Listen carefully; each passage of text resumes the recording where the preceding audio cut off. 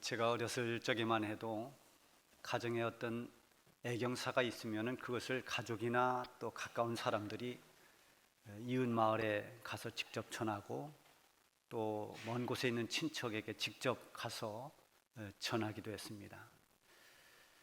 그때는 전화가 없었기 때문에 전보를 치거나 아니면 직접 가서 전해야 했죠. 그러다가 전화가 각 동네에 하나씩 생겨났습니다. 그 전화는 대개 이장님 댁에 있었죠. 그래서 전화가 오면 방송을 합니다. 아무개 댁에 와서 전화 받으세요. 그러면 이장님 댁에 가서 전화를 받았습니다. 그러다가 이제 각 집에 전화가 한 대씩 다 생겼습니다. 그때까지만 해도 학교에서 그런 조사도 했어요. 집에 전화가 있는 집, TV 있는 집, 뭐 이런 걸 조사하는 그런 때도 있었습니다. 그만큼 전화가 귀했습니다. 그러다 그 전화가 각 집에 있을 뿐만 아니라 지금은 개인이 다 휴대폰을 가지고 있습니다. 그 휴대폰은 전화 기능만 있는 것이 아니라 그 안에 아주 다양한 여러 가지 기능들이 내재되어 있습니다. 그래서 그것을 잘 활용만 하면 정말 무궁무진한 여러 가지 일들을 휴대폰 하나로 해냅니다. 과거에는 멀리 가야 했고 또 며칠을 걸려서 해결해야 되는 그런 일들을 이 휴대폰 하나로 단 몇 초만 해도 해결을 합니다. 밖에 나가지 않아도 그냥 집에서 손가락 몇 개 움직여서 일을 처리할 수 있는 것들이 얼마나 많은지 모릅니다. 이 코로나가 길게 2년이 넘도록 이렇게 계속되면서 사람들이 격리에 익숙해졌습니다. 집안 생활을 많이 했습니다.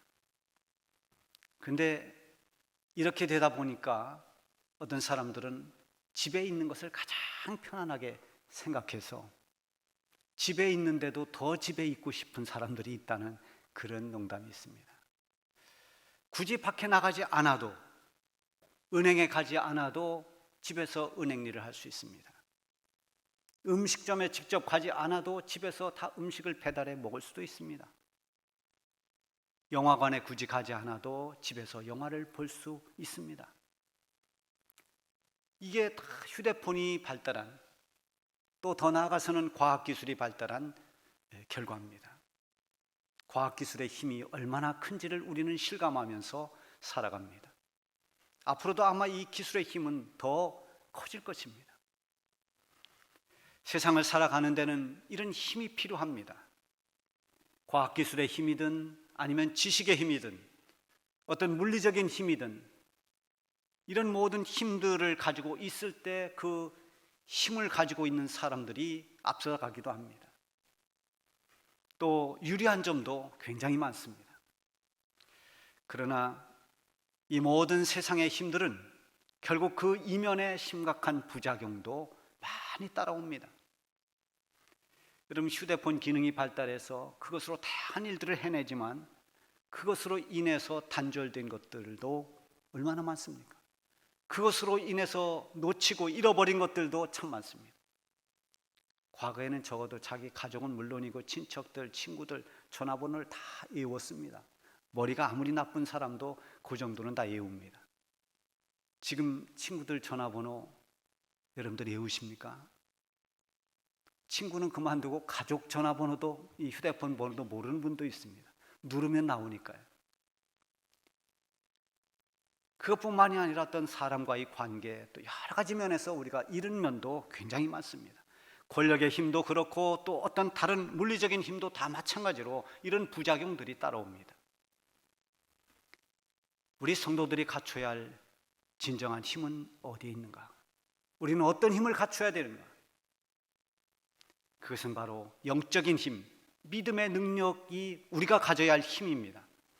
이 믿음의 힘은 하나님으로부터 오는 것입니다. 흔들리지 않는 그런 견고한 믿음이 우리에게 있으면, 그 힘이 있으면 우리가 어떤 상황을 만난다 하더라도 그리스도인답게 살아갈 수 있고 하나님을 기쁘시게 해드릴 수가 있습니다.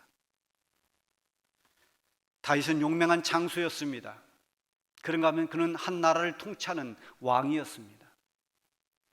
세상적으로 힘을 과시할 수 있는 그런 권세를 그는 가졌지만 그것 때문에 다윗이 다윗된 것이 아닙니다. 다윗에게 있었던 정말 자랑스러운 힘은 하나님을 향한 믿음의 힘이었습니다. 이런 믿음의 힘이 그로 하여금 모든 시련을 이겨낼 수 있게 했고, 또 다윗을 다윗되게 한 참된 비결이 됐습니다. 세상의 힘은 위기를 만나면 그 힘이 오히려 화근이 될 때도 있습니다. 지식이 차라리 많았던 것이 오히려 화가 되는 경우도 있고, 돈이 많았던 것이 화근이 되기도 합니다. 너무 권력을 크게 가지고 휘둘렀던 것이 부메랑이 돼서 화로 돌아오기도 합니다. 그러나 우리 성도들이 가지고 있는 믿음의 힘은 위기를 만나면 더 빛이 납니다. 시련 가운데서 더 힘을 발휘할 수 있고, 어떤 고난 속에서도 더 강해지고 더 단단해질 수 있는 것이 바로 믿음의 힘입니다. 오늘 본문에 보면 지금 다윗이 처한 상황이 아주 좋지 않습니다. 위태롭기 짝이 없는 그야말로 극도의 위기 상황입니다. 2절에 보면 악인들이 내 살을 먹으려고 내게로 왔다고 했습니다. 내 살을 먹으려고 왔다는 건 죽이려고 왔다는 것입니다. 악한 사람들이 다윗을 죽이려고 칼과 창으로 무장하고 다윗을 찾아왔습니다. 그런가 하면 다윗은 또 이것뿐만 아니라 여러 가지 위기 상황을 그렇게 가정해 봅니다. 3절에 보면 군대가 나를 대적하여 진칠지라도, 전쟁이 일어나 나를 치려 할지라도, 실제로 다윗은 이런 일들을 경험했습니다. 적들에게 포위당해 보기도 했습니다. 이런 위기 상황, 이런 여러 가지 위기를 만나고 시련이 닥쳐온다 하더라도 다윗이 그 상황에서 발휘하는 힘이 있었습니다. 그것이 바로 여호와 하나님을 향한 믿음의 힘이었습니다. 그러면 다윗이 가진 이 믿음의 힘이 위기 속에서 어떻게 발휘되었는지를 오늘 본문 말씀을 보면서 함께 생각해 보도록 하겠습니다. 그는 위기를 만나도 두려워하지 않는다고 했습니다. 1절에 보면 여호와는 나의 빛이요 나의 구원이시니 내가 누구를 두려워하리요. 여호와는 내 생명의 능력이시니 내가 누구를 무서워하리요. 나는 어느 누구도 두렵지 않고 무섭지 않다. 어떤 권세를 가진 사람이라 하더라도, 어떤 힘을 가진 사람이라 할지라도 나는 결코 사람을 두려워하지 않겠다고 고백할 수 있는 이 믿음은 바로 하나님을 향한 흔들리지 않는 믿음의 힘 때문입니다.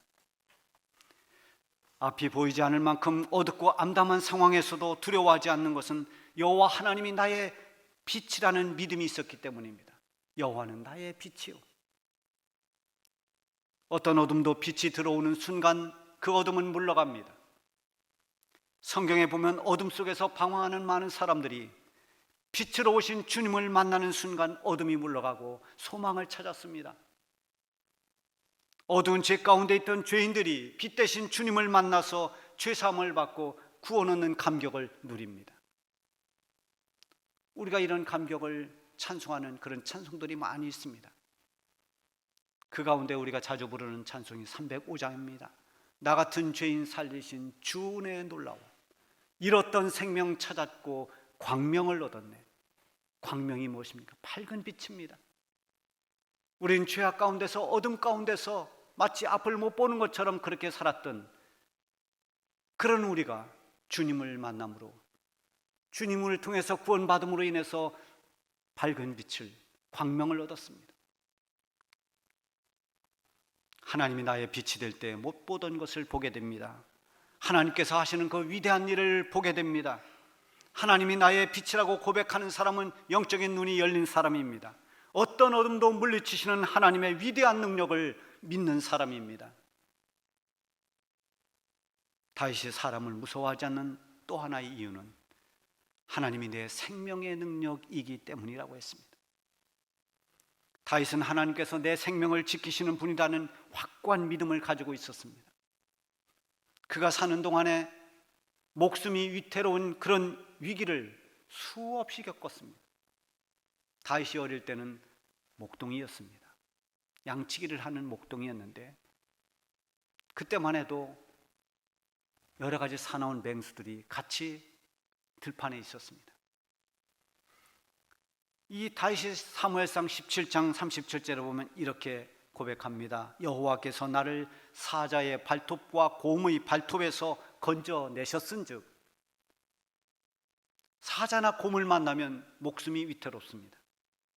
여러분, 곰이 한번 앞발로 확 그 발톱으로 긁으면 살이 다 뜯어져 나갑니다. 그 단단한 나무도 발톱으로 나무 껍질을 다 찢어내고 나무를 꺾기도 합니다. 사자가 한번 물면 뼈가 으스러질 수 있습니다. 이게 위험합니다. 그런데 내가 용감해서 사자와 싸워 이겼다, 내가 곰을 물리쳤다, 이렇게 말하지 않습니다. 여호와께서 사자의 발톱에서, 곰의 발톱에서 나를 건져내셨다. 하나님이 나를 지켜주셨다고 믿는 것입니다. 하나님이 내 생명을 지켜주셨다. 이게 다윗의 믿음입니다.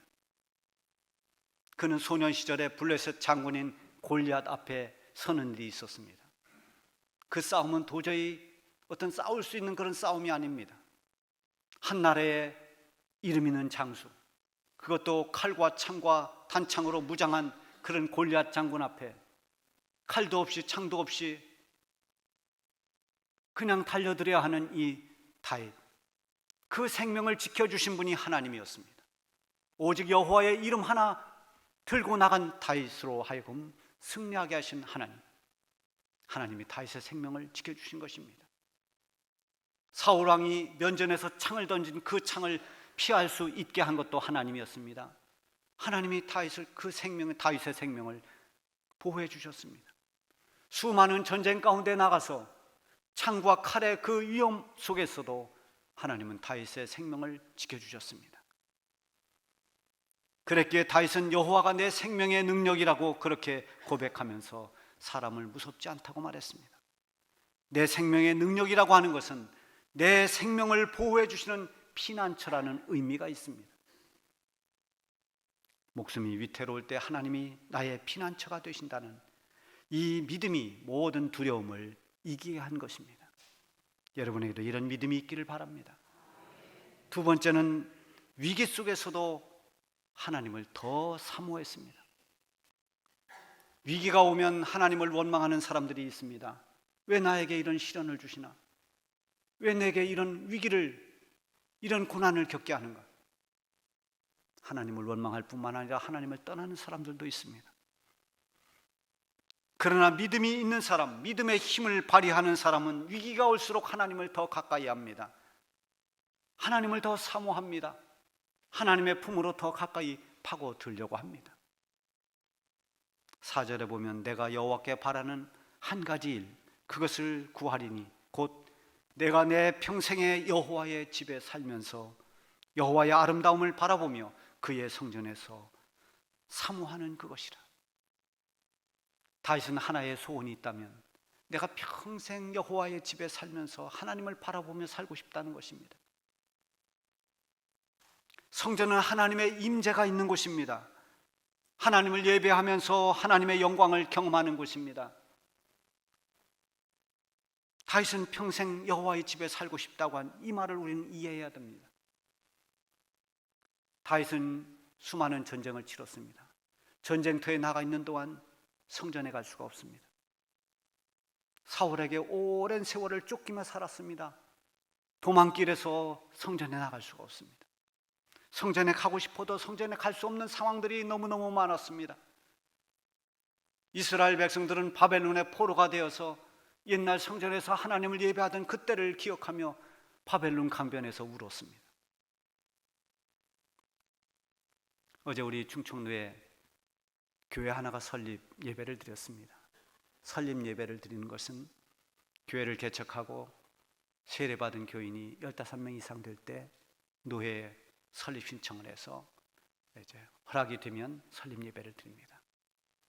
예배당을 잘 짓고 아파트 뒤쪽에 빈터에 예배당을 짓고 입당 겸 설립 예배를 드렸습니다. 모 교회 남성 중창단이 와서 축가를 했어요.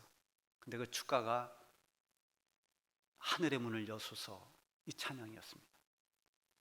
이곳에 오셔서 이곳에 앉으소서, 이곳에서 드리는 예배를 받으소서. 주님의 이름이, 주님의 이름만이, 오직 주의 이름이 이곳에 있습니다. 이 찬양을 하는데 정말 이 남성 중창단들이 찬양도 잘했지만 제가 예배당을 짓고 우리가 여기 입당해서 이달의 찬양을 하늘의 문을 여소서 이 찬양을 했습니다. 매주 감격이었습니다. 너무너무 감격스러웠습니다. 우리가 어떻게 이런 큰 일을 할 수 있었을까? 하나님의 은혜가 아니라면 어떻게 이런 일이 가능할까? 이 성전에 임재하시는 하나님, 이 성전에 계시는 하나님, 이 성전에서 역사하시는 하나님, 그 하나님을 더 사모하게 되었습니다. 그리고 그날 노회장님 설교도 이 말씀과 이 찬양과 관련된 그런 찬양이었습니다. 역대상 17장에 있는 15절 16절 말씀, 이제 이곳에서 하는 기도에 내가 눈을 들고 귀를 기울이니 이는 내가 이미 이 성전을 택하고 거룩하게 하여 내 이름을 여기에 영원히 있게 하였음이라. 내 눈과 내 마음이 항상 여기에 있으리라.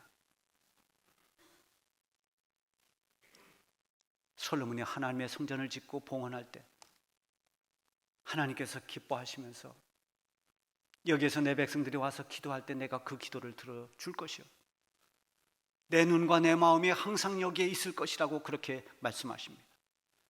성전에 있고 싶다는 것은 하나님을 가까이 하고 싶다는 것입니다. 다윗이 평생 하나님의 집에, 여호와의 집에 거하고 싶다고 한 것은 나는 언제나 하나님을 사모하며 하나님을 바라보며 하나님 가까이 하고 싶다는 것입니다. 하나님은 우주 만물 계시지 않는 곳이 없습니다. 어디에나 계시는 하나님이십니다.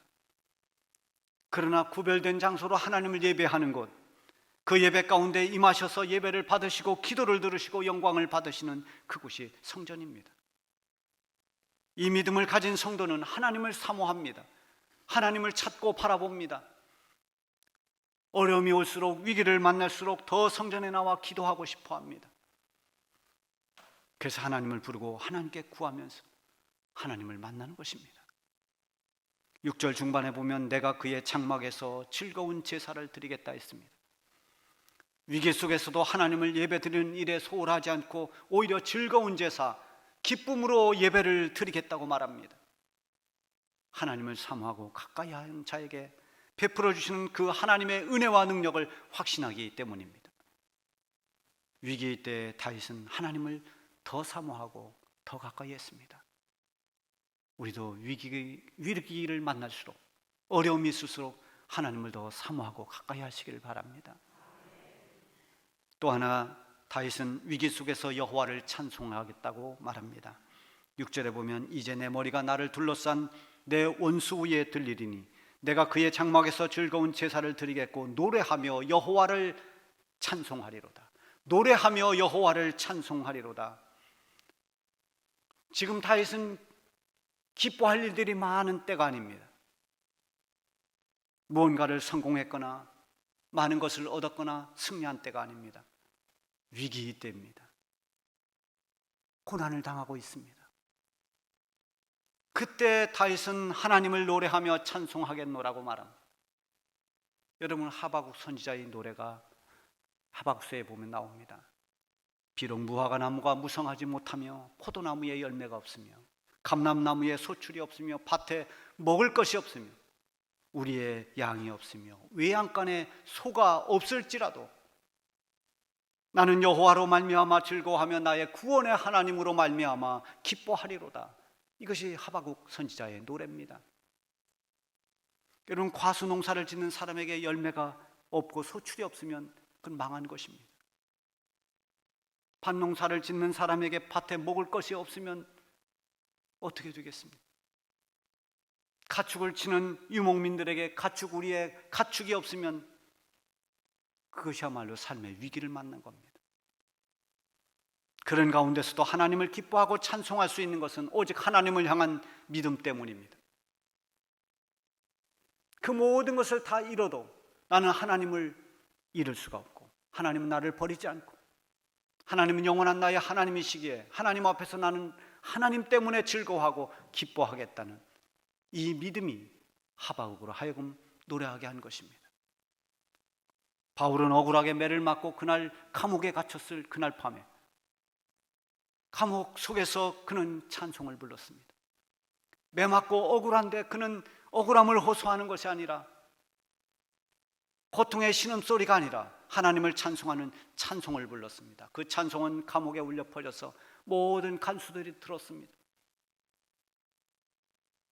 로마 황제의 박해로 인해서 크리스찬들이 원형극장에 끌려가서 사자의 밥으로 운동장에 던져집니다. 성도들은 서로를 껴안고 마지막 죽음을 맞이합니다. 그때 성도들이 찬송을 불렀습니다. 어떤 찬송을 불렀는지는 알 수 없지만 분명히 그들은 찬송을 불렀습니다. 하나님이 구원자이심을 믿기에 이 죽음 앞에서도 천국을 바라보며 찬송할 수 있는 힘이 있었던 것입니다. 이게 믿음의 힘입니다. 죽음 앞에서도 발휘할 수 있는 힘, 믿음의 힘입니다. 위기가 와도 찬송을 부릴 수 있는 것은 믿음을 가지고 있는 성도들의 능력입니다. 구원하신 하나님을 신뢰하기에 위기로 인한 두려움도 이겨내고 찬송을 부를 수 있는 것입니다. 오늘 본문에 나타난 하나님을 향한 신뢰, 그 믿음의 표현이 다양하게 나타납니다. 2절에 보면 악인들이 내 살을 먹으려고 달려들었지만 오히려 그들이 실족해서 넘어졌다고 했습니다. 하나님께서 대적자들을 다 물리치고 그들을 넘어뜨렸다는 것입니다. 하나님이 나를 지켜줬다고 그렇게 표현합니다. 5절에는 여호와께서 환난 날에 나를 그의 초막 속에 비밀히 지키시고 그의 장막 은밀한 곳에 나를 숨기시며 높은 바위 위에 두시리로다. 하나님이 나를 비밀히 지켜주셨고, 하나님이 나를 은밀한 곳에 숨겨주셨고, 하나님이 나를 높은 곳에 세워주시는, 이렇게 하나님의 절대적인 보호하심과 은혜를 확신하고 있는 믿음의 고백이 나오고 있습니다. 사랑하는 성도 여러분, 우리가 지금 살고 있는 이 시대는 여러 가지 위험 요소들이 많이 있습니다. 우리가 경험한 이 긴 시간의 전염병, 이것이 끝난다 하더라도 또 다른 어떤 전염병이 올 수도 있습니다. 그런가 하면 기후변화로 인해서 큰 재앙들이, 기후로 인한 그런 재앙들이 점점 더 큰 규모로 일어난다고 예언하고 있습니다. 지진과 홍수와 가뭄, 온갖 질병들, 상상하기 어려운 사건들, 사고들, 전쟁의 위험, 그리고 불안한 경제 상황 뿐만 아니라 이 첨단 기계 문명은 발달했지만 인간성을 잃어버림으로 해서 오는 여러 가지 그런 폐해, 이 세상이라고 하는 광야를 지나는 동안에 우리는 이런 수많은 위기와 시련을 만날 수가 있습니다. 그러나 우리에게 가지고 있는 강력한 힘이 있습니다.